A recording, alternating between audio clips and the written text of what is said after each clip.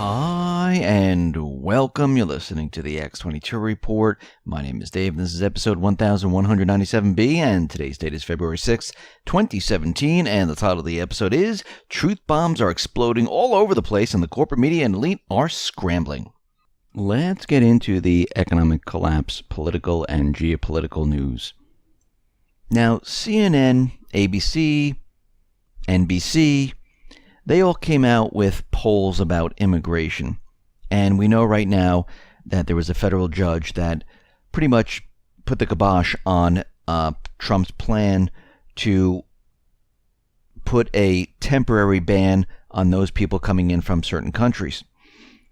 And the polls that are out there, they're saying that the people, well, they don't want immigration. They don't want vetting of these individuals coming into the country from certain countries or any of the countries that are out there. They just want people to jump over the border and just come into the United States. And Trump is out there saying that, these polls, well, they're completely fake, phony, and false, because he says the people, they want border security and extreme vetting, which means, intensive background checks to make sure that these people are on the up and up. And we can see right now that CNN, ABC, NBC, well, they're showing different polls. Now, when we look at the polls, we know that these networks, they oversample the polls quite a bit. And what they did normally is, they had it very heavily weighted on the Democrat side to say, see, look how everyone is voting. So they were found out, a lot of oversampling. So they decided, we better cover our tracks. So what they're doing at this point is showing that 29% describe themselves as Democrats, 25% describe themselves as a Republican, and 45%, well, they're all independent. So all they did was move the numbers around to make the polls, look like, oh, they're fair and even. But when you look closely, that these percentages don't make sense whatsoever. And we can see right now that the data, once again, has been manipulated. Now, this is all very strange because during the election, Trump ran on the campaign of stronger immigration. And right now, they're trying to say that America doesn't want this at all, which, first of all, doesn't make sense. So on the X22 Report and News Sentinel, I decided to start running polls. Now, I'm going to let them run a couple of days.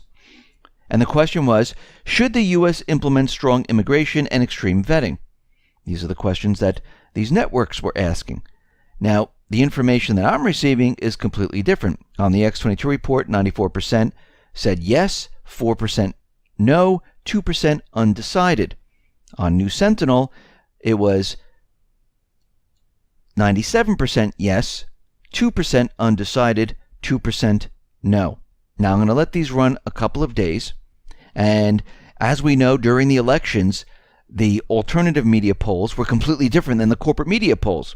I mean, actually, if you look at the Super Bowl, all the corporate media was out there saying that, Falcons have a 96.1% of winning. The Patriots have no chance. And once again, they were completely wrong because look what happened in the fourth quarter, then in overtime. And of course, after the Falcons lost, you see all the tweets and everything coming out saying that the rules should be changed. And it's just amazing. Every time their team loses, they want to change the rules. Now, everyone agreed to the same rules. Agreed to the election rules, agreed to the Super Bowl rules. But when people don't get their way, they want to change it afterwards. Just amazing. Now, there's a lot of lawsuits heading towards Donald Trump, against Donald Trump. They're being filed against him. And this is about the Muslim ban. Now, of course, we know it's not a Muslim ban. It doesn't say Muslim anywhere in the executive order or anything else. And we can see there's a lot of lawsuits, about a dozen of them. And already the ACLU, the American Civil Liberties Union, they have raised from donations $24 million in a single weekend, or roughly 6 times the organization's average annual donation tally. Now, we saw this before when the recount was happening. All of a sudden, the money being raised was tremendous. And then we have to track the money down. Who was doing this? Was this from individuals where they were throwing in $20, $30, $40, $50 a pop? Or was this coming from someplace else? And what we're seeing is that the money is coming from George Soros. He is driving all this once again. Soros Open Society Institute has given over $35 million to the ACLU alone, and millions more to other liberal organizations directly involved in filing lawsuits all around the country. So we can see at this point, this is not a grassroots effort. This is an effort being driven by Soros. And if you remember from his speeches, he said that he was going to go after Trump and he was going to do everything he possibly can to bring him down. We see Trump is moving forward with the voter fraud probe. He's putting Mike Pence in charge of this. And we can see right now that a lot of information that's coming out already is already showing that there is voter fraud. Now, there's going to be a lot of truth bombs coming out at this point. And the corporate media and the elite, they're going to be scrambling. They're not going to know what to do because of everything that's been happening. Now, we have to remember, the truth in the beginning is going to be made fun of. It's going to be ridiculed. We've gone over this. And this is what we're seeing. Every time something comes out, they're going to be making fun of the truth. If you notice, Trump is slowly dropping little nuggets, and people are laughing and making fun, and they're going to continue to do this over time. And we'll move into the next phase, and we're halfway through it, through the ridicule, moving into the fight phase, where people are going to start fighting and opposing the truth when real information starts to come out. And this is what the investigations are all about. It's to move us in that direction. And we're also going to see this come out with regards to global warming. I mean, we're already starting to see a UN official out there saying, yeah, that wasn't really the agenda of global warming. It wasn't really about the environment. It was really about destroying capitalism and other agendas. And now we have a scientist out there who's saying, well, a lot of the data, well, it's fake. And the information was rushed through to influence the Paris Agreement on climate change. And this is coming from NOAA, the National Oceanic and Atmospheric Administration. And the person who is pushing this, who's blowing the whistle, I should say, is Dr. John Bates, a top NOAA scientist with impeccable reputation, has shown evidence that the paper, the report, was based on misleading, unverified data. It was never subjected to NOAA's rigorous internal evaluation process, and it was just thrown out there. And they took buoy information, satellite information, and when the numbers weren't adding up, they threw the data out, and they made up the numbers. And we can see right now that this information is continually coming out, and it's showing that all of this is being done for a certain purpose, a certain agenda.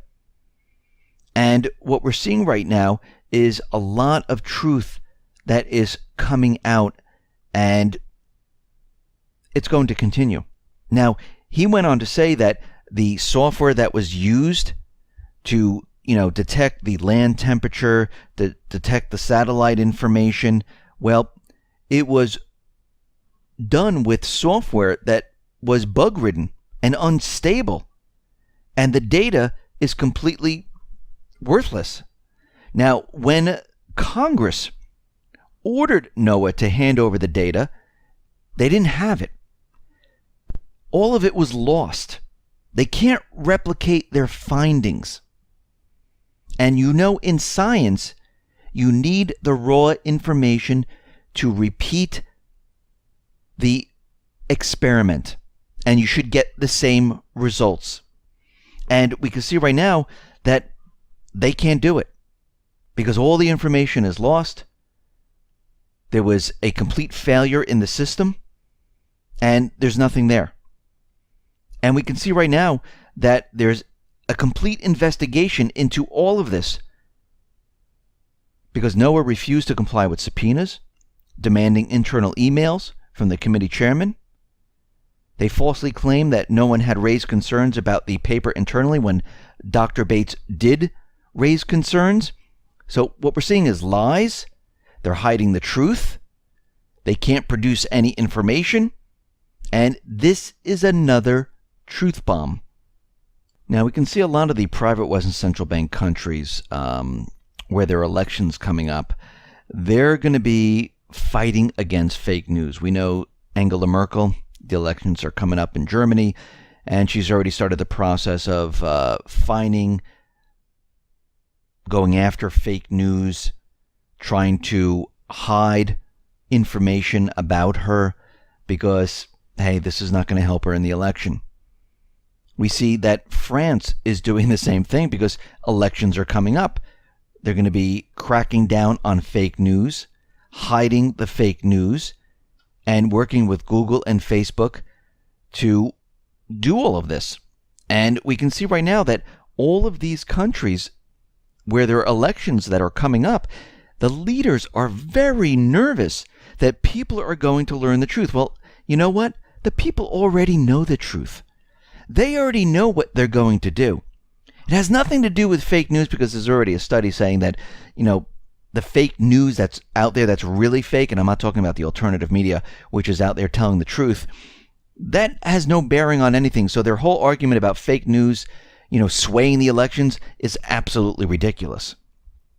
People already know that these governments, they're not working for the people. I mean, just look at the unemployment.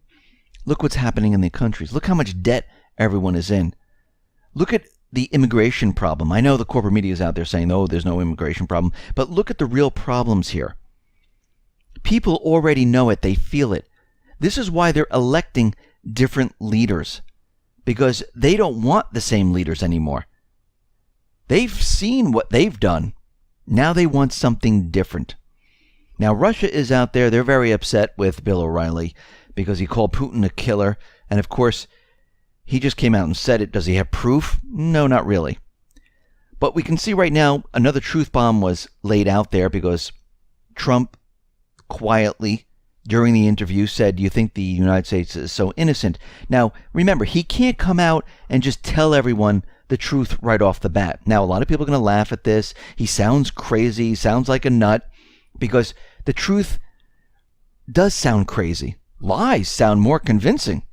But when you hear the truth, you're like, no, that can't be true. And people laugh at it. They make fun of it. Then they oppose it when the research is done and the real investigation starts. And then eventually they have to accept it. So we're heading down that path right now. And what's very interesting about all of this is that France's Marine Le Pen, who is running for the position of Hollande in France, well, she was being interviewed by CNN. And we can see right now the CNN interviewer, well, that person wasn't too happy with the way the interview was going. And here are some of the questions. CNN, does it not bother you that a big country broke international law and invaded and annexed a small country? Le Pen said, no, there was a coup d'etat in Ukraine. CNN, that's what you think? Le Pen, it's not just what I think, it's the reality. There was a coup. There was an agreement among different nations, and the next day this agreement was broken and some people took over. CNN, after the invasion and the annexation? Yes? Le Pen, there was no invasion of Crimea. The people of Crimea voted to go with Russia. CNN, but Russia annexed Crimea. It was part of Ukraine. And the French were part of the deal that guaranteed the independence of Ukraine in 1994. Le Pen, Crimea was Russian. It always been Russian. CNN, so it's fine for you, though you're okay with it. Le Pen, the people of Crimea feel Russian. The people decided to vote themselves away from Ukraine. And then Le Pen followed up with that these sanctions are completely stupid. Now, you can see that the truth is coming out there. CNN didn't know what to do with it because they don't want that information out in the open. And people are going to ask questions, well, what does she mean by all of this? And we're starting to see this all over the place. Now, out in Ukraine, we can see that Trump is not going to help Ukraine whatsoever. He didn't buy what is going on, that Russia is there attacking Ukraine. So Poroshenko right now is calling on the Ukrainian population to prepare for a protracted war, a long war. He said, let's resume preparations for the civil defense of our population. Today, we should honestly tell our people that no Minsk agreement, no negotiation, no geopolitical shifts in the world will lead to a stabilization of the situation. So basically what he's saying is we are going to war and get ready for a long, drawn out one. And guess what? He's going to start the draft. More people are going to be coming into the armed forces. There are going to be more attacks. What we're seeing around the world is complete chaos. The elite, the corporate media, the establishment, they don't know what to do at this point. Things have been turned upside down for them. And they're losing control. And the only thing they can do to get their control back is to start a war. To take everyone's focus off of what is happening right now and place it someplace else. We see that Trump is out there and he placed sanctions on Iran, and we're hearing that, coming from General Mattis, who is the U.S. Defense Secretary, that Iran is the world's biggest state sponsor of terrorism. And Lavrov is out there and he's saying Iran has never had any ties with the Islamic State, al-Nusra, al-Sham, al-Qaeda. What are you talking about when you say terrorism? Because those are the terrorist groups. I mean, there's plenty others, but name the terrorist groups that Iran sponsors. And this is very interesting because that's all you hear is that Iran is the biggest state sponsor of terrorism. Actually, no, it's the United States that is the biggest state sponsor of terrorism. Tulsi Gabbard went out to Syria and already proved it. This is why she placed the bill into Congress, that the U.S. will no longer fund and support terrorism. And we can see right now, this is what is happening throughout the world. We see that the Military Times is reporting that thousands of deadly U.S. airstrikes have gone unreported since 2001. Which means all these airstrikes that were occurring in these countries, they haven't been recorded. And the Military Times went on to say, the American military has failed to publicly disclose potentially thousands of lethal airstrikes conducted over several years in Iraq, Syria, and Afghanistan. Military Times investigation has revealed that there's an enormous data gap, and it raises serious doubts about transparency in reporting the progress against the Islamic State, al-Qaeda, Taliban, and calls into question the accuracy of other Defense Department disclosure documents, everything from costs to casualty counts. Now think about this.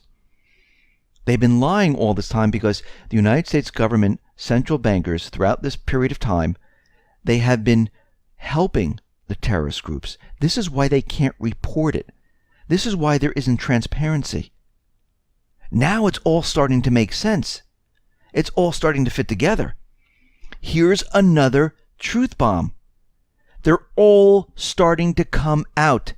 And this is going to be horrific because once everything starts to come out and there's investigations and people learn more and more, people are going to have a very difficult time handling all this. I mean, let's go back to the movie Matrix. When Neo found what reality really was, well, he popped. He couldn't take it. He had a nervous breakdown. And this is what people are going to go through. And as more and more this information comes out and there's real investigations going on, it's going to be very, very difficult for our population. And we can see with the economy, with what has been going on around the world, well, this is going to be a problem. This is why Trump was out there saying, do you think America is so innocent? Well, America is not innocent. Bad people have been doing bad things for a very long time.